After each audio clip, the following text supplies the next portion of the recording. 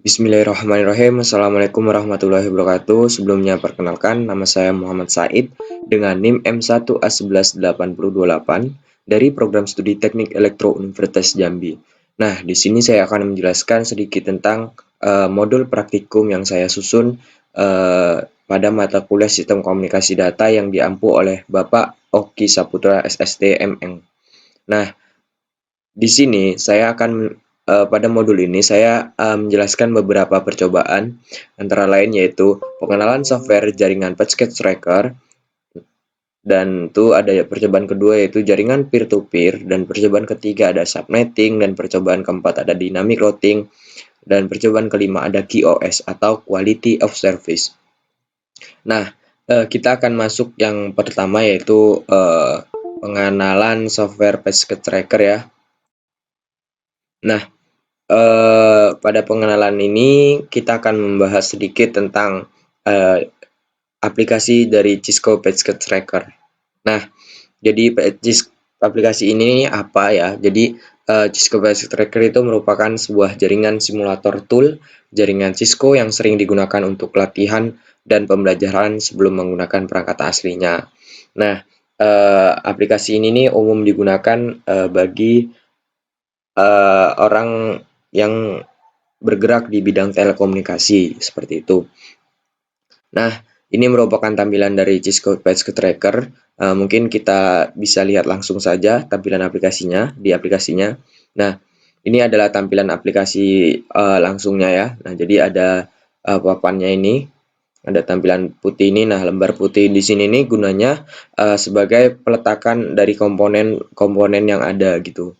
Nah, ini ada network ya, ini ada routing, ada juga end device-nya, ada PC, laptop, ya tergantung kebutuhan yang bisa dipakai. TV juga ada di sini. Nah, terus ada komponennya, komponen ya MCU, SBC, ada TING, terus ada ini koneksi ini berupa kabel, ada kabel telepon juga ini ya, kabel telepon, chopper, fiber, ya seperti itu. Ada macam-macam di sini ya. Nah, selain itu di sini juga di tampilan atas nih ada bagian ini komentar ya, pemberi komentar, catatan, ada lainnya, ada draw, ada pengujian ya. Ini digunakan seandainya kita ingin menguji jaringan kita berhasil atau tidak, terhubung atau tidak, kita bisa di sini seperti itu. Nah, mungkin itu aja penjelasannya. Untuk komponen per komponennya itu ada router ya, seperti fungsinya ya, router jadi gunanya untuk menghubungkan perangkat-perangkat jaringan yang berbeda jaringannya. Misalnya menghubungkan antar LAN, antar routing itu sendiri gitu. Terus ada switch. Switch ini gunanya untuk device to device ya dalam satu jaringan untuk menghubungkan seperti itu. Ada end device juga, ada perangkat yang akan menjadi source maupun destination paket data. Nah, ini untuk membuat ini bisa gunain buat jaringan sederhananya ya, 2 PC gitu.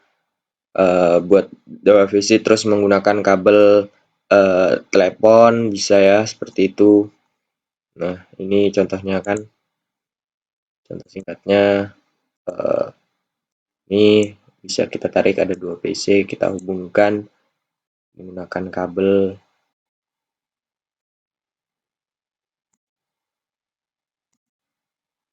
Nah, ini ya, di sini kondisinya sudah terhubung. Lihat ini adalah hijau ya. Ini merupakan suatu penghubungan yang sangat sederhana seperti itu. Lanjut, ada kita akan bahas yang selanjutnya yaitu percobaan kedua ya, langsung ke cobaan 2. Jaringan peer to peer. Nah, jadi pada percobaan ini kita membahas jaringan peer to peer ya, peer to peer atau biasa juga disebut dengan P2P. Nah, itu apa? Itu jadi itu merupakan suatu model komunikasi dua arah antar pengguna PC melalui jaringan komputer atau internet tanpa melalui sebuah server. Nah, seperti itu ya. Dalam model ini tiap pesertanya memiliki kapabilitas yang sama dan tidak seorang pun peserta dapat memulai suatu sesi komunikasi tersebut. Nah, jaringan ini sendiri juga salah satu model jaringan komputer ya, yang terdiri dari beberapa komponen maksud saya. Nah, di mana pada setiap stationnya atau komputernya itu ada dalam lingkungan jaringan tersebut seperti itu. Jadi mereka itu saling berbagi seperti itu ya.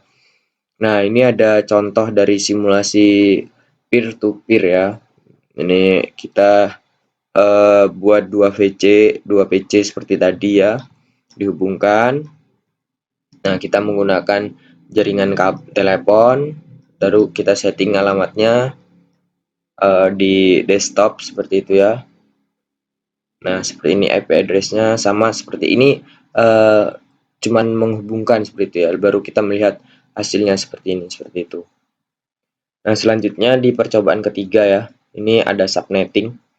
Nah, subnetting itu apa? Di subnetting ini adalah suatu proses untuk memecah suatu IP jaringan ke subjaringan yang lebih kecil, yang biasanya tuh juga disebut dengan subnet. Nah, jadi fungsi subnet ini apa? Nah, subnetting ini fungsinya untuk memudahkan pengolahan jaringan komputer pada sistem administrator atau network administrator maupun pengguna biasa. Jadi dalam mengolah jaringan seperti itu. Nah, untuk melakukan alokasi IP address itu setiap ruangan dan gedung sesuai dengan kebutuhannya. Jadi harus sesuai kebutuhan untuk melakukan subnetting ini.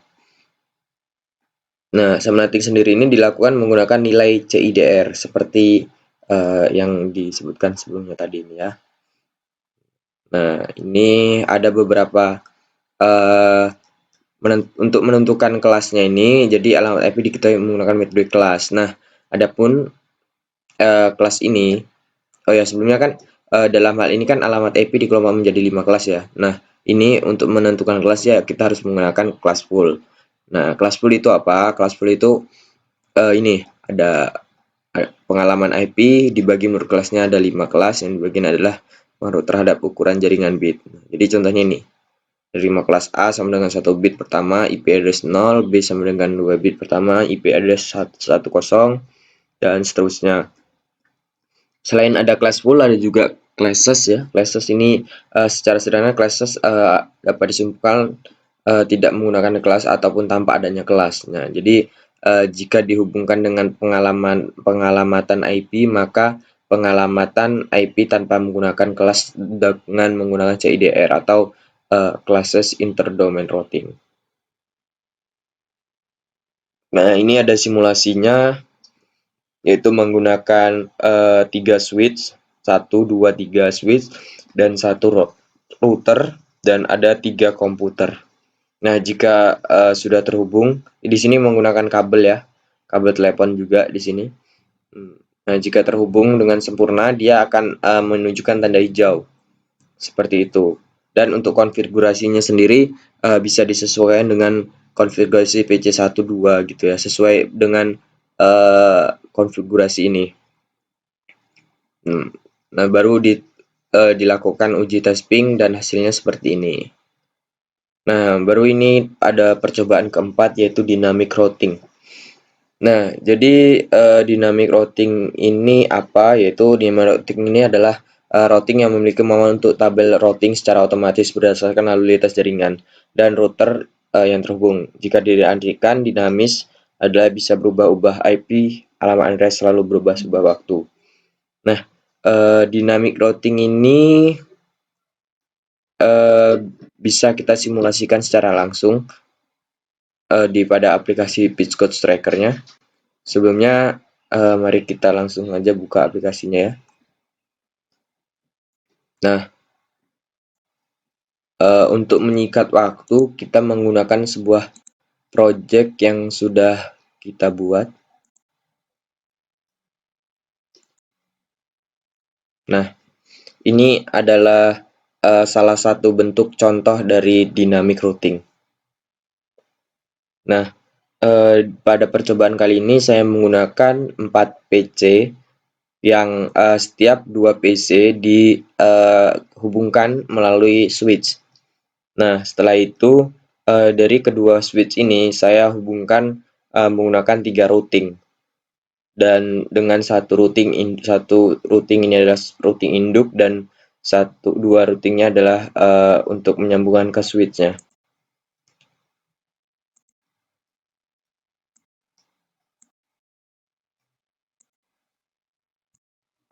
Di sini saya menggunakan kabel ini ya, kabel telepon.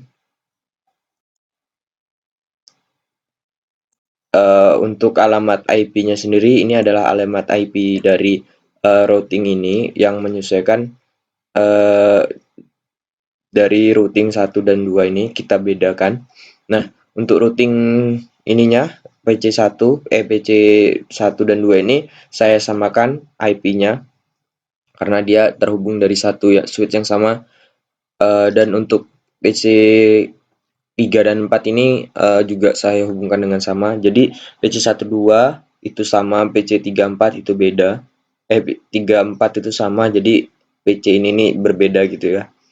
Nah, untuk mengetahui keberhasilan ini, mari kita coba uji kirim pesan gitu ya dari PC 1 ke PC 2. Coba kita dulu.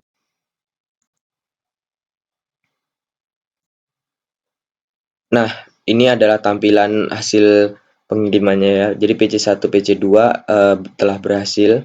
Itu menandakan mereka saling terhubung. Dan ada juga PC 3 dan 4. Ini juga sama-sama terhubung. Lalu bagaimana jika router dengan router?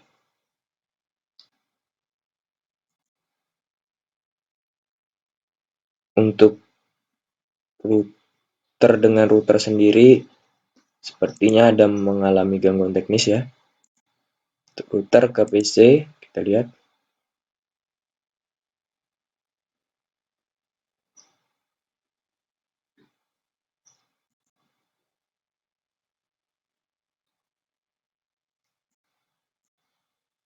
Ini juga berhasil ya dari PC ke router, tetapi kalau dari router ke router emang tidak bisa di situ ya, karena emang eh, dari router ini langsung ke PC. Ini juga kita coba lagi ya, dari router ke PC.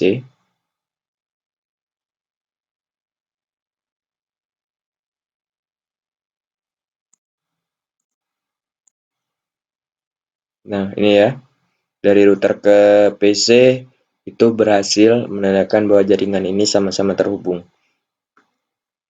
Nah, em, untuk dynamic routing itu saja yang bisa disampaikan. Selanjutnya kita masuk ke percobaan terakhir yaitu QoS.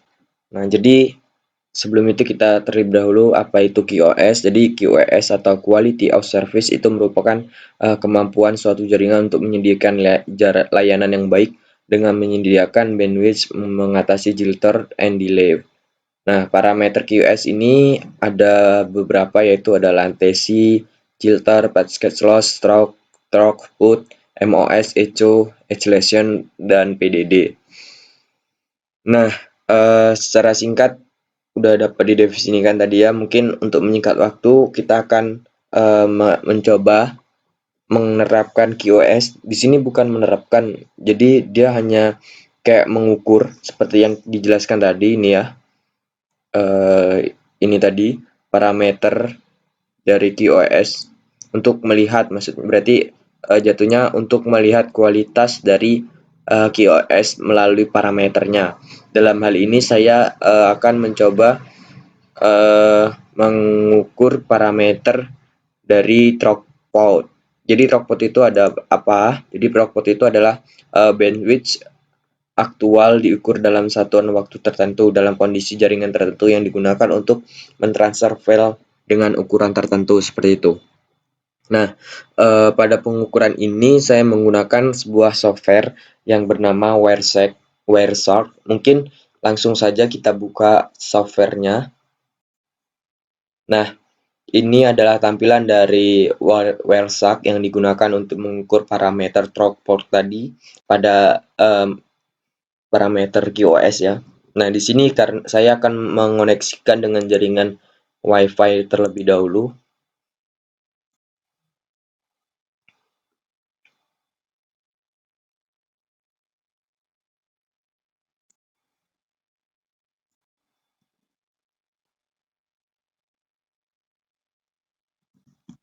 Sepertinya ada masalah sedikit, kita coba lagi.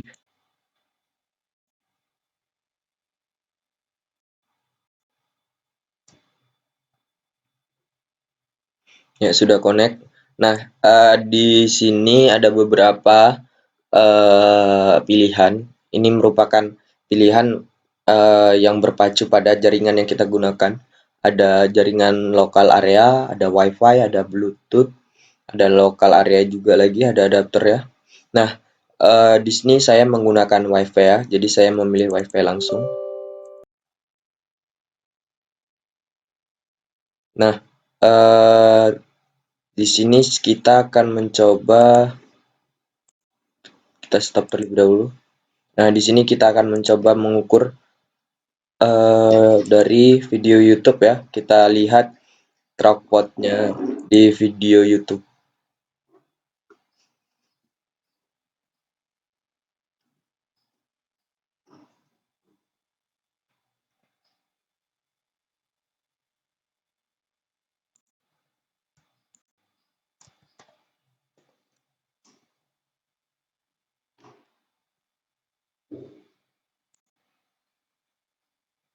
Kita putar terlebih dahulu videonya.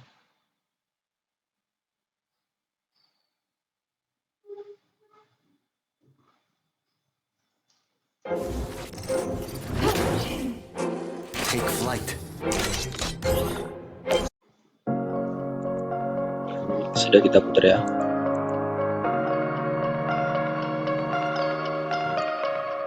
I like your taste in tunes and everything you ooze. The tempo of your beat, you bleed a melody. No one can control that old time rock and roll. No rule of gravity. And hey, can I follow you back to your room, watching you bloom in the light of the moon? Can I follow you back to your arms, wash it all off in the river of Nah, ini ya sedang mengukur dari videonya, data dari video itu. Oke, kita stop saja langsung. Sudah. Nah, baru kita analisa dari rekaman tadi. Nah, ini di sini menampilkan beberapa statistik, antara lain ada time span, ada packet juga, ada frame fps, ada byte, ada packet size, dan macam-macam ya ini ya. Nah, dalam hal ini untuk menghitung throughput itu kita hanya membutuhkan nilai dari time span dan byte. Nah, ini ya. Setelah mendapatkan nilai dari TS ini dan bit ini, lalu kita hitung seperti pada contoh yang sudah saya buat ini. Nah, ini tadi ya, nilainya berbeda karena ini rekaman yang sudah berbeda ya, yang berbeda rekamannya. Nah, ini nilai bitnya kita hitung tadi, udah dapatkan dari rekaman tadi ya. Nah, terus ada nilai time span-nya. Nah, untuk menghitungnya kita menggunakan persamaan ini. Jadi nilai dari bit dibagi dengan TS. Dan hasilnya adalah ini.